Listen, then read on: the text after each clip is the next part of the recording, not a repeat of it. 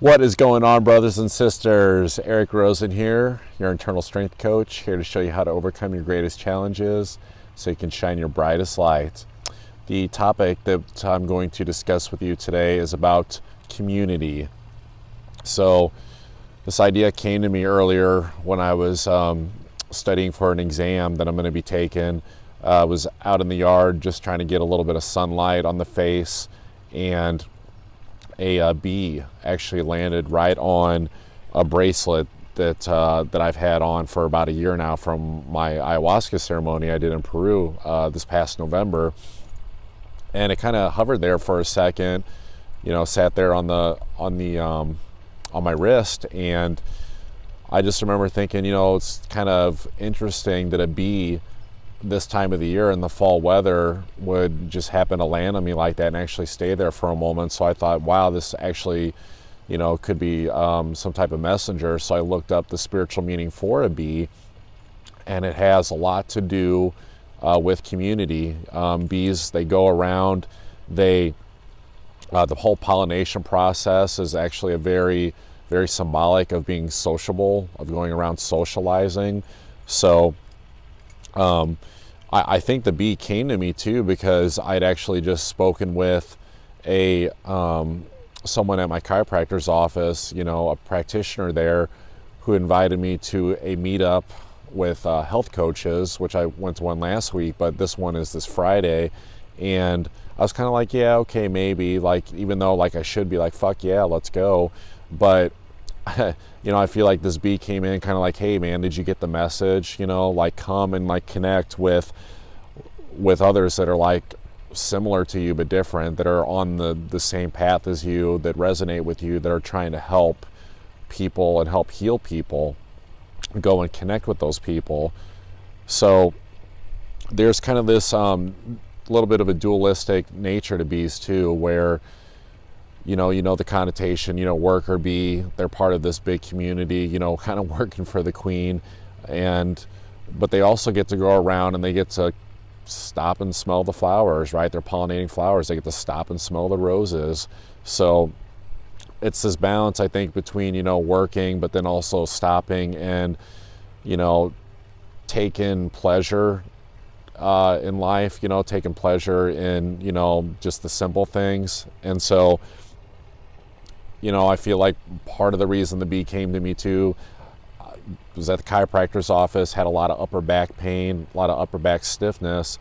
And so that is symbolic of when you feel like you're carrying like a very heavy load in life, like your shoulder and like the weight of the world. And a bee is a calling too, because it is about community, about, don't try to shoulder the weight of everything alone, all of your problems. Don't be afraid to lean on others for support and for guidance when you need it, and then also in turn offer that to them when you're feeling good enough, that you can offer it to them when they need that support and guidance. So it's a community. Share your ideas with people, share your experiences, connect with the hive mind, and just be open to constructive feedback. It's about community, it's about teamwork. It's the saying, two minds are better than one. Well, if you can connect with the hive mind and get a collective of, other people's, feedback, opinions, where it's a safe, open forum, I mean, that's when pretty amazing things can happen.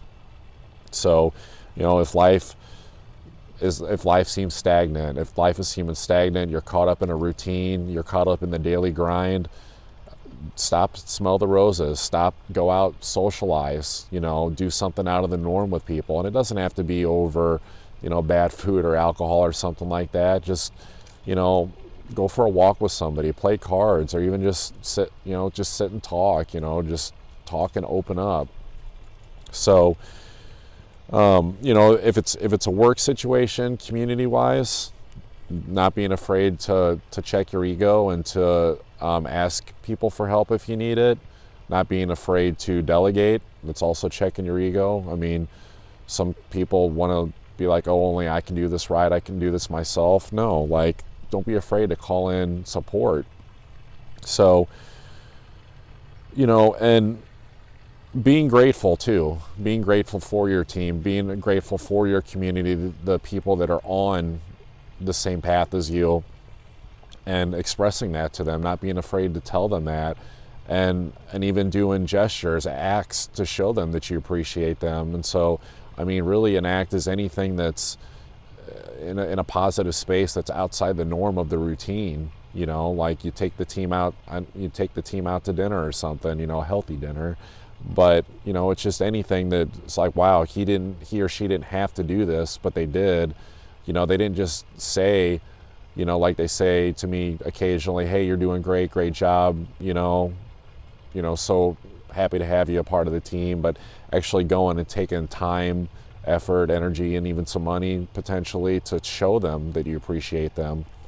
So, you know, I asked for, you know, just something a little bit channeled on this topic to when I was, you know, jotting down my notes for what I wanted to say with this. And so what came to me was specifically about family and, you know, family, children, because the aspect of the bee, the beehive, you know, has connotations to the home life and to the heart. And, you know, the saying, the home is where the heart is. So what I saw was about doing active parenting,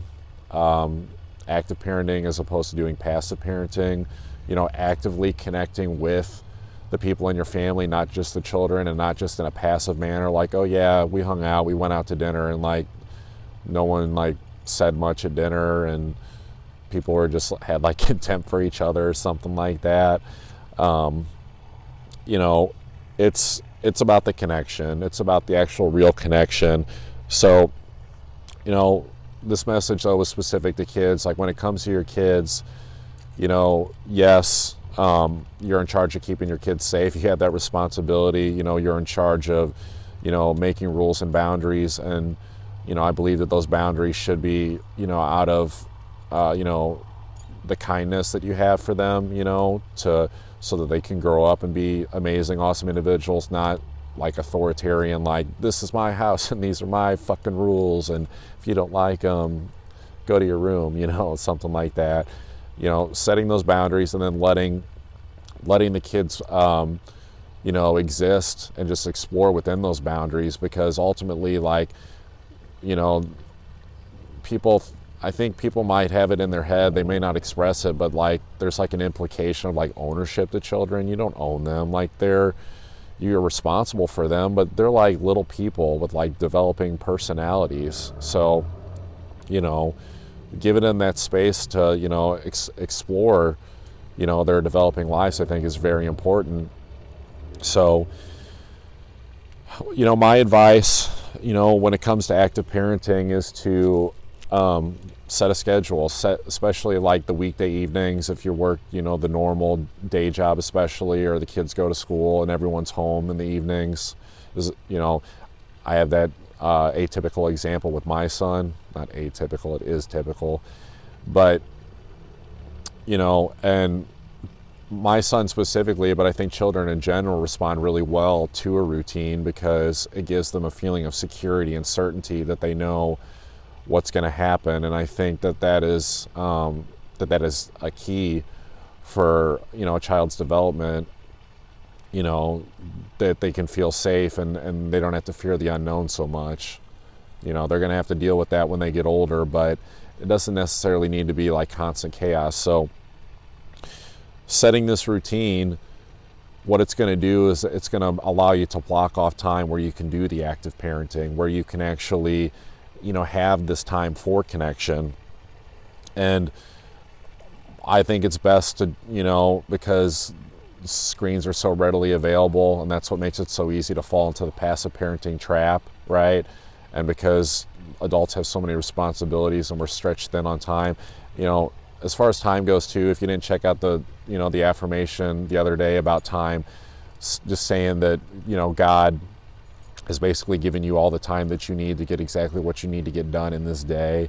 It's been a game changer for me, but that's one way to, you know, to kind of deal with the whole time concept of, you know, blocking off this time to connect with your family, with your children.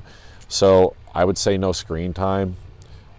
I would say, because they're probably gonna whine, maybe regardless of what age, especially if they're used to some indulgence in screen times, or they're used to kind of used to a certain routine that doesn't involve spending time for the whole family community to connect.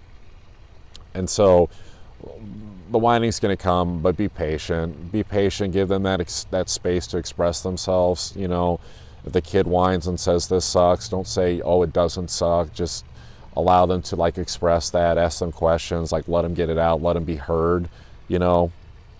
And find a way to make it fun is the best thing I can tell you. Try to make it not a chore as best as you can. Try to make it fun for the kids. If your kids are older, if they're approaching the teen years or on the teen years, and they've got the bad attitude or something, it's probably an important time for the connection, specifically talking, dialogue, communication. And it's tough to get them to open up. My son's only 9, so I don't really know exactly what that's like yet, but what I can tell you from what I know is that what I would probably do is, if a kid's a teen, preteen, whatever, they probably already don't like you anyway. That's just part of the territory with growing up. You start to resent your parents. It's like that song, your mommy's all right, your daddy's all right. I forget who sings that, but, maybe check your ego and make a self-deprecating joke about yourself, as the parent. I mean, they probably won't know what the hell to think, but it's kind of like the best way I know how to describe refuting someone when they're kind of challenging you is it's agree with them, but agree with them and go so over the top that there's no way it can be true. And then it just I've seen it diffuse a lot of situations. So that may be a way to break the ice with them, to get them to open up a little bit. And then kids that are younger, their imagination is still very much there. And so that's a great time for doing creative activities with them. Just draw with them, draw some pictures or illustrate, draw a story, or even just tell stories. So the main thing is the intent of blocking off that time. And this is a great time where it's there are no rules to what you're doing. Yes, there's still those boundaries that exist as the parent that you set for the child, but this isn't rule time. This is play time. Okay. And this just came to me pretty awesome, is that what's really crucial too about this time, not only from the connection, the community standpoint, is also that taking this little block of time that you do on a regular basis is something that you can actually grow and cultivate and apply it to your life too in different areas. Because what we keep forgetting is that, really we are very safe and secure in the world. There's just a lot of thoughts and external influences that make us seem like we're not safe in the world, and that things are so challenged. And that allows you to not have a mindset of, hey, I'm safe, my needs are already met, I don't really need anything to feel whole. You have the emotional blocks of self-worth, am I good enough, things like that. You don't need anything to make you whole, make you better. You're already great, you're already safe the way that you are, and you can't show up and play. Taking this activity of, just showing up and being yeah, there are no rules, I can just play and I can just explore and just express, with my family, can pay dividends. So that's what I'm doing right now. We'll see how it pans out. But that's what I got for you guys today. So personal training, I still have some slots. I have slots with the coaching. For now, if you guys are interested, you can send me an email, ericrosencoaches@gmail.com. I'm told that the website targeting this weekend, but that's the unofficial kind of date. Again, I know I've been saying it for a while now, but it's quite the undertaking. It's no excuse, but I'm excited to get it up and running. So you guys have an awesome day, evening, depending on when you're watching this, and I will see you guys mañana.